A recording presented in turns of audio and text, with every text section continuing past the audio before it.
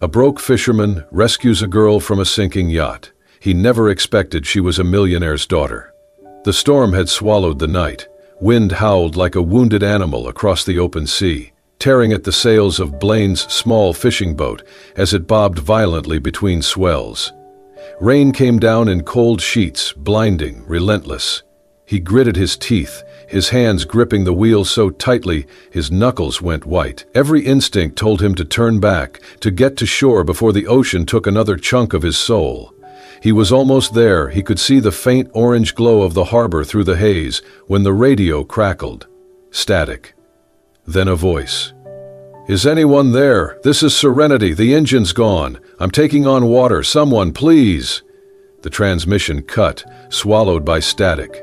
Blaine froze. He turned the dial, fine-tuned it, but the voice did not return. Just wind, static, chaos. He hesitated.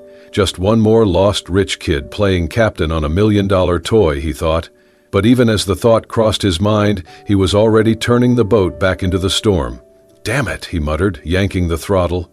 The vessel groaned, the bow lifting as it met another wave head-on. He followed the direction of the voice, using instinct more than logic, squinting through sheets of rain until he saw it. A faint flicker of orange in the dark, the unmistakable silhouette of a yacht listing dangerously to one side, smoke pouring from the lower deck. "Serenity," he whispered. He pushed forward, steering hard. As he got closer, lightning lit up the scene for one haunting second. The yacht was partially sunk, the stern nearly under, and there, clinging to the rail, a figure in a soaked white shirt and shorts, struggling to reach the lifeboat. Blaine did not think. He grabbed a rope, stripped off his heavy coat, and dove. The water was black and freezing, thick with debris and oil. He kicked hard, slicing through it with practiced strength. She was slipping, her grip failing, when he reached her. "I got you," he shouted, wrapping one arm around her just as her body gave out. She did not respond. He pulled her up, one stroke after another, until they reached the edge of his boat. He hauled her up with pure muscle and adrenaline, his chest heaving. She collapsed onto the deck, unconscious. Her foot was bleeding, a jagged gash along her ankle from where the railing had twisted. Her skin was ice, her lips bluish. Her soaked clothes clung to her like seaweed. "God damn it," Blaine cursed under his breath. He dragged her inside the small cabin, wrapped her in a coarse wool blanket. He lit the emergency heater, placed it near her, and then crouched beside her. Her eyes fluttered but did not open. He tore off part of his shirt and began to clean the wound on her leg, trying not to wince at the blood. It was shallow but messy. She moaned softly, pain breaking through her daze. "Yeah, sweetheart, I bet it hurts," he muttered, tying the bandage with calloused fingers. Then he sat back, staring at her, the firelight flickering across her pale face. She was young, mid-20s maybe, her features fine, delicate, expensive-looking. A thin gold necklace still clung to her throat. "Figures," Blaine said bitterly. "Another spoiled rich girl with no business being out here, thinking the ocean's just one big Instagram filter." Outside, the wind roared against the hull, but he barely heard it now. He watched her breathe, slow and shallow, and despite himself, worry crept in. "You're lucky I was close," he said, not expecting a reply. "Out here, no one's coming if you sink, especially not for people like me." Still nothing. He reached up, touched her forehead, cold but not dangerously so. She would be okay, if the storm did not get worse. She stirred again, her head shifting toward him, lips parting slightly. "I didn't want to die like my father," she whispered, so faint he almost missed it. Blaine stared, caught off guard. She slipped back into unconsciousness. He exhaled slowly and leaned back against the wall, running a hand through his soaked hair. Outside, the storm raged on. Inside, a girl who should have died clung to life, and Blaine Cole, broke fisherman, reluctant rescuer, now sat in a cabin with a stranger whose name he did not know, but whose life now somehow belonged, in part, to his hands. Morning came slowly, with pale light breaking through the clouds and filtering into the small cabin, where Blaine sat at the table, sipping lukewarm coffee. The storm had passed, but the chill remained, lingering in the soaked walls and his stiff joints. The girl was still asleep on the cot, wrapped tightly in the wool blanket, her damp hair spread across the pillow like seaweed on the shore. Then she stirred. Her eyes blinked open, disoriented, darting around the cabin before landing on him. "You're safe," Blaine said gruffly, not bothering with a greeting. "You're lucky, real lucky." She sat up slowly, her body protesting every movement. "Where am I?" "My boat, and you're welcome," he said, setting down the mug. She blinked at him, then looked down at her bandaged leg, the neatly folded blanket, the cup of water beside the cot. "You saved me. I pulled you out of the ocean," he said flatly. "Saving you's up to you." There was a pause. "I'm Celeste," she said softly. Blaine didn't offer his name in return. Instead, he stood. "You can stay here for a couple of days while you wait for someone to come get you, but don't touch anything unless I tell you to." She nodded once, biting her lip. By midday, she was moving better. She insisted on helping him with chores despite the limp. Blaine scoffed but didn't argue. He figured she'd give up after 5 minutes of hauling nets. But she didn't. She helped scrub down the deck, made surprisingly decent coffee, and even asked questions about the traps and the tides, as if she were actually interested. When he saw her tying knots with ease, his eyes narrowed. "You've done this before," he muttered. "I studied marine biology," she said, adjusting a rope. "I've worked on boats during field surveys. This isn't my first time in salt water." He didn't answer, but something inside him shifted. That evening, as the sun dipped low on the horizon, they anchored near the reef. Blaine liked to check the traps before dark, and to his surprise, Celeste asked if she could tag along. "Your leg's still busted," he said. "I can manage," she replied. He watched her hobble across the deck, stubbornness in every step. Out by the coral shelf, Blaine spotted movement. A sea turtle tangled in stray netting, trapped near a cluster of rocks. Before he could react, Celeste had already dropped to her knees, grabbing a pair of gloves and a diving knife from the supply bin. "What do you think you're doing?" he snapped. "I know what I'm doing," she said, already halfway into the water.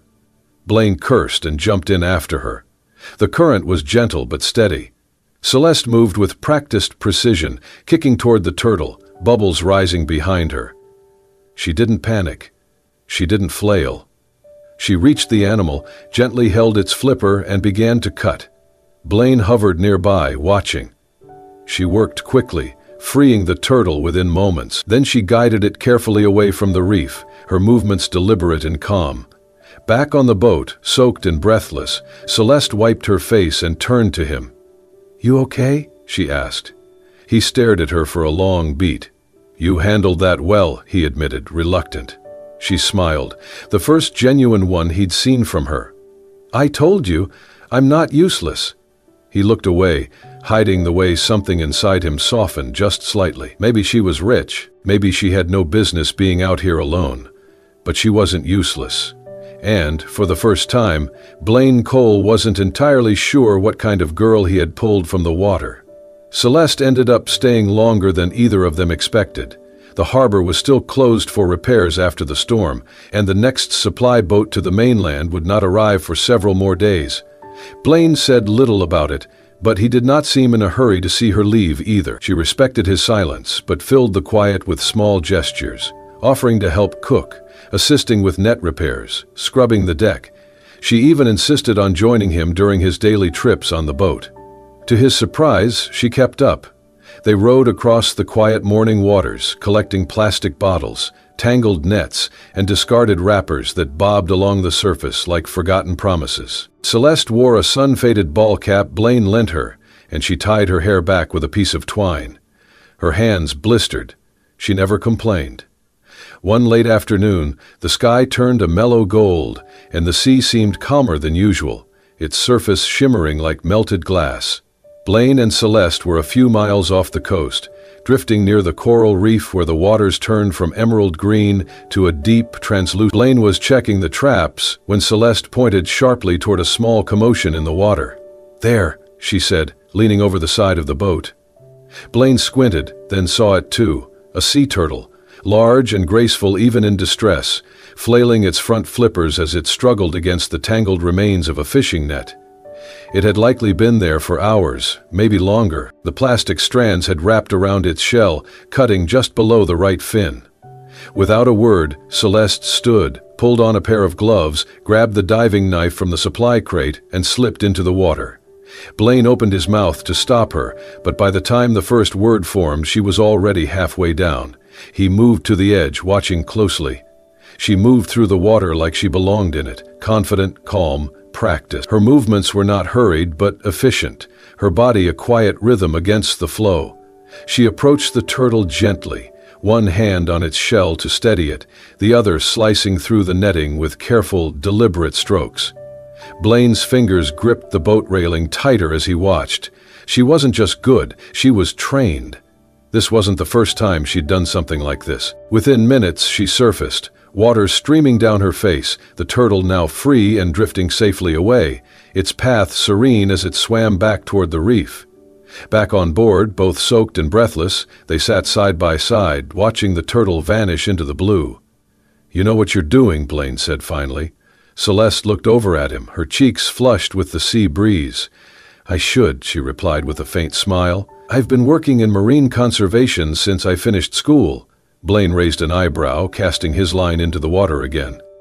"You don't seem like the type," she chuckled softly. "What type is that?" "The kind who works hard in the field. Most people just write a check, take a picture next to a turtle, and call it a contribution." "I tried that once," she admitted. "Didn't feel like I earned anything." Later that evening they sat on the beach beside a small fire. The scent of grilled fish mingled with the smoke, and the sky turned to a rich violet, the stars beginning to show themselves. Celeste leaned back on her elbows, sand clinging to the cuff of her jeans.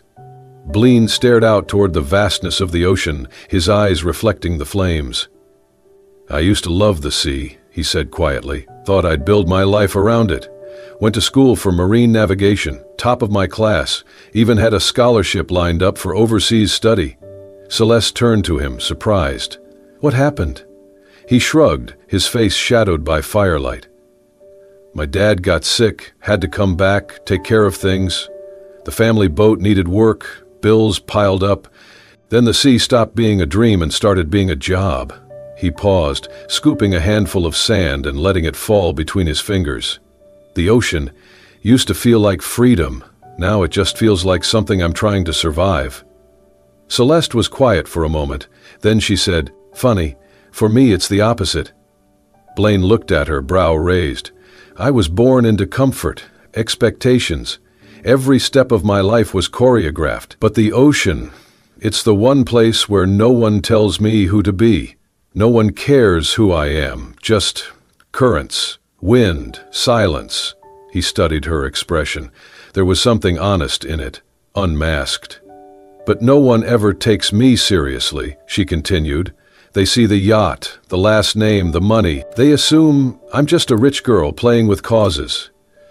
It's not just a cause to you. It's everything," she said, her voice softer now. "But I've learned not everyone cares about what drives you. They only care where you come from." Blaine nodded, tossing a piece of driftwood into the fire. Sparks lifted into the dark like tiny stars. "People don't always get to choose their currents," he murmured. "Sometimes you're just trying not to drown." She looked over at him, her eyes shining with something between sadness and respect. And then, for a long time, they sat in silence, not awkward or uncertain, but shared. It was the kind of silence that comes when two people from completely different worlds realize they've both been shaped by something vast and untamed. In that moment, the titles fell away. So did the anger, the doubt, the assumptions.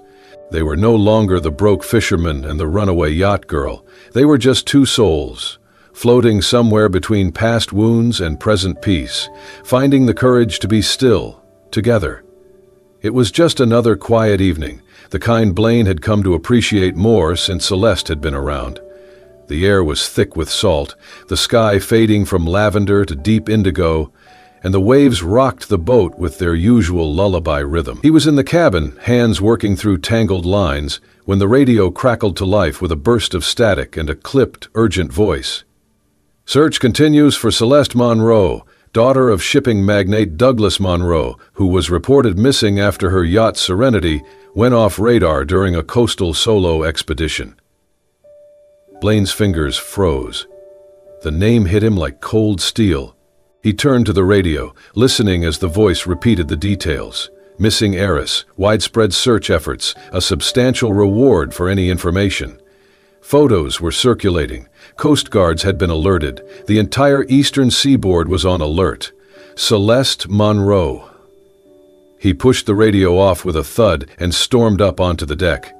Celeste was crouched near the bow, untangling a cluster of old rope from one of the nets. He looked up as he approached, wiping her hands on her shorts, a soft smile playing at her lips. But Blaine didn't smile back.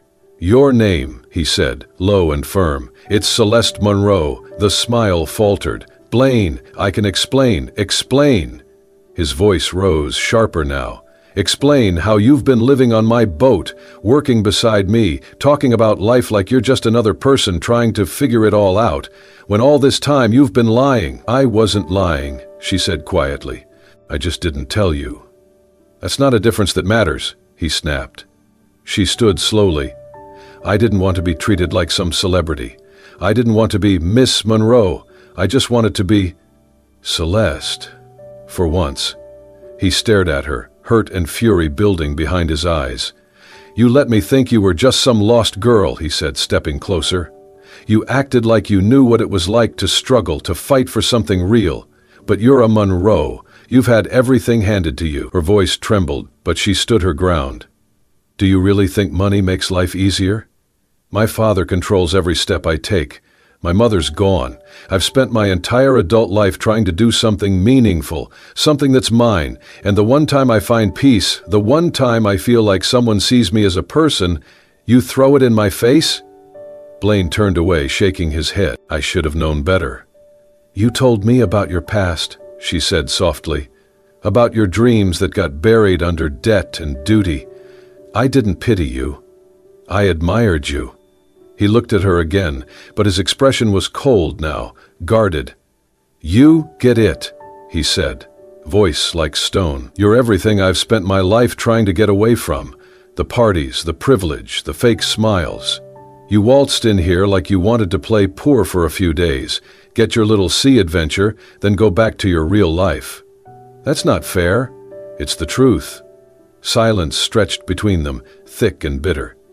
"I didn't ask to be saved," she whispered, "but I'm glad you did, not because I couldn't live without you, Blaine, but because, for a moment, I thought I could finally be myself." He said nothing.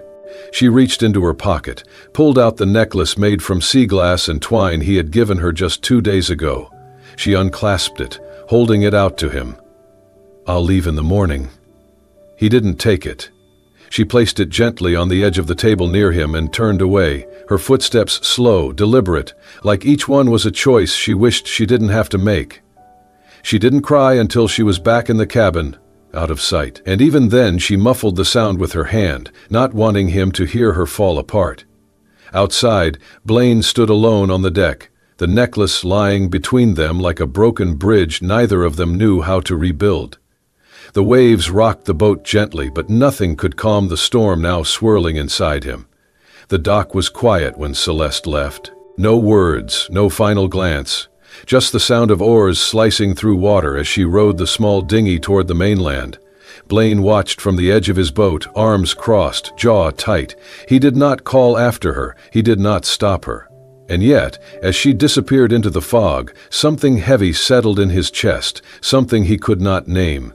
Back in the city, the air felt wrong to Celeste, too clean, too polished, too distant from the salt that still clung to her skin, but there was no time to adjust. The moment she stepped back into her family's penthouse, the world came crashing down. Her father stood waiting, tall, powerful, perfectly composed, in a tailored suit that screamed control. "You've embarrassed this family," he said without a greeting. "Do you understand what the media is saying?" "I didn't ask them to say anything," she replied. "You disappeared," he snapped. "You caused a search operation. You undermined our reputation.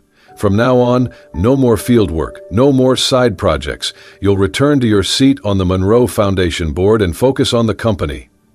"I was doing something real," she whispered. He turned away. "No more dreams, Celeste. It's time you grow up." Meanwhile, Blaine returned to his routine. Fishing before dawn, repairing nets, eating alone, sleeping in the same cot, under the same leaking roof. But everything had changed. The sea no longer soothed him. The waves no longer whispered. They only reminded him of what he had pushed away. He caught fewer fish. He cursed more.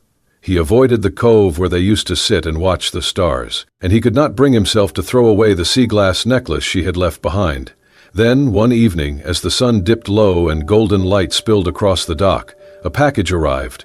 No return address. Just his name, handwritten in dark ink. Inside was a notebook, worn, water-stained, held together by a loop of twine. He opened it. Drawings. Notes. Snippets of poetry. Diagrams of sea creatures, sketched in a delicate but confident hand, and scattered throughout the pages, scenes from their days together. Him at the tiller, her reaching for a turtle in the water, their boat outlined beneath a sky full of stars. And at the back, one page torn neatly and folded. Her handwriting was simple, steady. "I saw the ocean through your eyes. I can't unsee it now. Thank you for reminding me what matters. Even if you don't want to see me again, I needed you to know that you changed something in me, maybe everything." Blaine stared at the page for a long time. The sea was still outside, but now it felt different, as if somewhere across it, someone else was staring at the same horizon, wishing they hadn't let go so easily. The first time Blaine saw her again, she was walking down the dock in the early morning mist, her boots muddy, a satchel slung over her shoulder, hair pulled back into a braid. She looked nothing like the woman who had left. No designer clothes, no expensive luggage, just a quiet determination in her step. "I came back," she said, stopping a few feet away from his boat. "I know I don't deserve much from you, but I came back for the sea and for what we started." Blaine didn't say anything at first. He stood, arms crossed, guarded. "I want to help," she continued. "I read about the project you were planning, educational programs for kids, reef restoration, sustainable fishing. I want to fund it." He raised a brow. "With Monroe money?" "With my own," she corrected. "I sold my shares in the company. I walked away. I'm not here as Monroe's daughter. I'm here as someone who believes in what you're doing." He looked past her, out at the horizon. "I don't need your charity," he said flatly. Her voice didn't waver. "This isn't charity, it's partnership. I'll live here, work here, do everything the community does, and if after a month you still think I don't belong, then I'll leave." It was a bold offer, he respected that. Still, it took him a week to agree, and she meant every word. Celeste moved into a small rented shack near the village center. She cooked with the women, helped mend fishing nets, joined the early morning trips out to sea. She organized shoreline cleanups with local school children, taught them about coral ecosystems, and wrote grants late into the night by candlelight. Blaine watched from afar at first, still wary, but day by day she earned their trust, and his. He began to let her in again, slowly. They worked side by side, repairing old boats, planting seagrass, even rebuilding a dock destroyed by the last storm. The project grew. So did their connection, unspoken but deeply rooted this time in shared effort, not just shared moments. Then came the blow. A breaking news headline splashed across regional media. Billionaire's daughter dating local fisherman to boost image of eco project. The article came with blurry photos of Blaine and Celeste laughing over lunch with the village children. It accused Celeste of manipulating the story for PR, painting Blaine as a willing participant in a calculated rebranding move. What made it worse? The article was published by a media outlet owned by Oceanus Resorts, a direct competitor of Monroe's former empire. The backlash was immediate. Journalists swarmed the beach. Volunteers who had supported them began to question the mission. "You used him," one local woman said, folding her arms at Celeste during a meeting. "You made us all part of your story." Blaine said nothing during the confrontation. He stood, stone-faced, as whispers spread. That night he confronted her. "You should have known this would happen," he said quietly. "You should have known they'd turn it into a circus." "I didn't leak anything," she insisted. "I didn't even speak to a reporter." He looked at her, tired, betrayed. "But they found us, and now they're dragging everything through the mud. People don't trust me anymore. They don't trust us." "Then let me fix it," she pleaded. He shook his head. "You said you weren't a Monroe anymore. But the world doesn't see it that way, and maybe, I don't know where you end and they begin." She flinched. "Is that really what you think?" I don't know how to be anything but a footnote in your story," he said. "And I can't be that. Not again." Celeste left quietly that night, tears in her eyes, unsure if she would be welcomed back again or if she should ever try. Celeste left without a word. No explanations, no grand gestures, just her boots crunching against gravel one final time before disappearing down the road at sunrise. The villagers woke to find her gone, the small rented cabin empty save for a few scribbled notes, left for the children she had taught. But she did not return to her father's world of polished glass towers and silent boardrooms. Instead, she traveled farther, deep into the archipelagos where names did not matter and the tides were the only clock. There, under a different name, she began again, quietly volunteering with grassroots researchers to study reef resilience and help local fishing communities rebuild after storms. She spoke little, worked much, and kept her story locked behind the smile of someone who had learned how to disappear without vanishing. Back in the village, Blaine tried to do the same. He returned to his old boat, resumed the rhythm of fishing, nets, and solitude. But the water felt different now. Every wave carried a memory. Every wind echoed with what if the project they had begun remained unfinished. The children stopped coming, and though the sea gave him food, it gave him no peace. Then, one morning, an envelope arrived, no sender, but bearing the official seal of the International Oceanic Conservation Forum. It was a formal invitation to speak as a special guest at the closing ceremony of their annual global conference, held on the mainland. He stared at it, confused. He had not applied, he had not submitted anything. But he went. Curiosity tugged harder than fear. At the grand hall, Blaine stood awkwardly backstage, dressed in the only blazer he owned, holding a printed version of a speech someone else had apparently written for him. A tall woman with a clipboard smiled at him, oblivious to his discomfort. When his name was called, applause filled the room. He stepped up to the podium, blinking under the bright lights. 100 faces stared back at him, scientists, students, journalists, conservation leaders. He looked down at the printed speech. Then he folded it and slid it into his pocket. "I was never supposed to be here," he began, voice rough. "I'm just a fisherman. I've spent more time patching nets than writing anything. But someone submitted my story, someone who once told me the ocean could still teach me something." He paused. I didn't believe her then. I was too proud, too scared of what I didn't understand. But she was right. He spoke not of graphs or funding, but of mornings hauling trash from the shallows, of freeing turtles tangled in nets, of laughter shared over fish and rice, of watching a woman kneel in salt and sand to prove that her heart belonged to the sea more than any mansion ever could. "I pushed her away," he said, "because I thought I was protecting myself. I thought I'd drown if I let someone like her in." He looked up. But I drowned anyway, just in silence. The room was utterly still. In the wings, behind the curtain, Celeste watched him. Her hand clutched the strap of her bag, her eyes glassy with tears. She hadn't meant to be seen. She had only come to make sure the story made it here. But his voice pulled her in. And for the first time in a long time, she cried not from pain, but from something that sounded a little like hope. The sun had barely crested the horizon when Blaine arrived at the beach. The same stretch of sand where, a year ago, he had pulled a woman from the storm and into his boat. A woman he did not know would rewrite the tide lines of his life. Now, the shoreline was dotted with tents and colorful flags.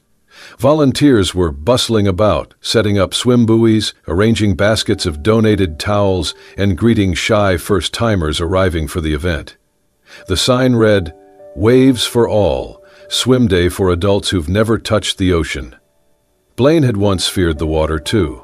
Not its depth, but what it could take. Now, he stood ankle-deep in it. Barefoot, sleeves rolled, a whistle around his neck, not as a fisherman, not as someone surviving, but as someone who belonged. He was no longer just Blaine Cole.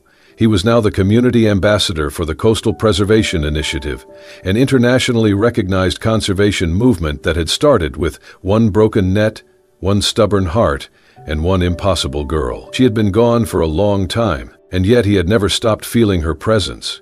When the wind rushed over the waves, when kids laughed collecting shells, when sea turtles poked their heads above water like old friends saying hello. He looked around the gathering crowd. Dozens of adults nervously towing the water, some holding their children's hands, others clinging to borrowed life vests. His team moved among them, offering encouragement. Then he saw her. At first she was just a silhouette at the edge of the dunes, hair loose in the wind, barefoot, wearing a linen dress that fluttered like sailcloth. No sunglasses, no guards, no entourage. Just her. Celeste. He froze. She walked slowly toward the water, eyes locked on him, her steps tentative at first, then more certain. Her lips curved into a soft smile. It wasn't the smile of the girl who once fell off a burning yacht. It was the smile of a woman who had found her compass again. Blaine stepped forward, meeting her halfway in the shallows. "I wasn't sure you'd come," he said. "I wasn't sure you'd still want me here," she replied. His gaze held hers. "You were always here. Every time I took a breath out on the waves." She looked at the swimmers behind him, the joy and nerves mixing like salt and sunlight. "You did it. Everything you dreamed." He shook his head gently. "No, we did. You were the wind when I couldn't move, the tide that pulled me forward." Celeste blinked back sudden tears. He reached for her hand. "I was angry," he said, "not because of who you were, but because I thought I wasn't enough for you. I was scared I'd always be the one looking up from below." She squeezed his hand. "And I was scared you'd never look back again." He stepped farther into the water, the tide washing around their ankles. "The ocean once nearly drowned me," he said, voice soft, "but then it gave me you." She didn't speak, she only followed. They stood waist-deep in the gentle waves now, faces turned toward each other. "If I drift again," he murmured, "I want it to be toward you." She nodded, the tears finally falling, kissed away by salt wind and sun. There was no crowd watching, though people on shore had begun to notice. There was no diamond ring, no staged proposal, just two people standing in the sea, surrounded by the quiet thunder of the waves and the echo of everything they had overcome. Celeste reached up and placed her palm on his chest. "This," she said, "is the only compass I need now." And then she leaned into him, forehead against his, as the tide rolled in like a whispered promise. The sky turned golden, children splashed in the shallows, volunteers laughed, the waves rolled, steady and eternal, and somewhere between the pull of the past and the promise of tomorrow, Blaine and Celeste, two people once lost, found each other again. Not because the sea saved them, but because they chose to swim back, together. If this story stirred something in your heart, if it reminded you that even the most unlikely tides can bring people together, and that healing often arrives in the form of kindness, patience, and a second chance, then you've just experienced what we at Soul Stirring Stories believe in, the quiet power of real connection. Blaine and Celeste's journey wasn't easy. It was messy, imperfect, and full of storms, but in the end it was real. And maybe that's what love truly is, not about where we come from, but where we're willing to go, side by side. If you'd like more stories that warm your soul, lift your spirit, and maybe even bring a tear to your eye, don't forget to like, share, and subscribe to Soul Stirring Stories. We're here to remind you that in a world full of noise, there's still beauty in the quiet, and still hope between the waves. Subscribe now and let your heart sail with us. I hope you enjoyed this thrilling journey. On a scale of 1 to 10, how would you rate this story? Let me know in the comments below. Your feedback inspires more epic tales.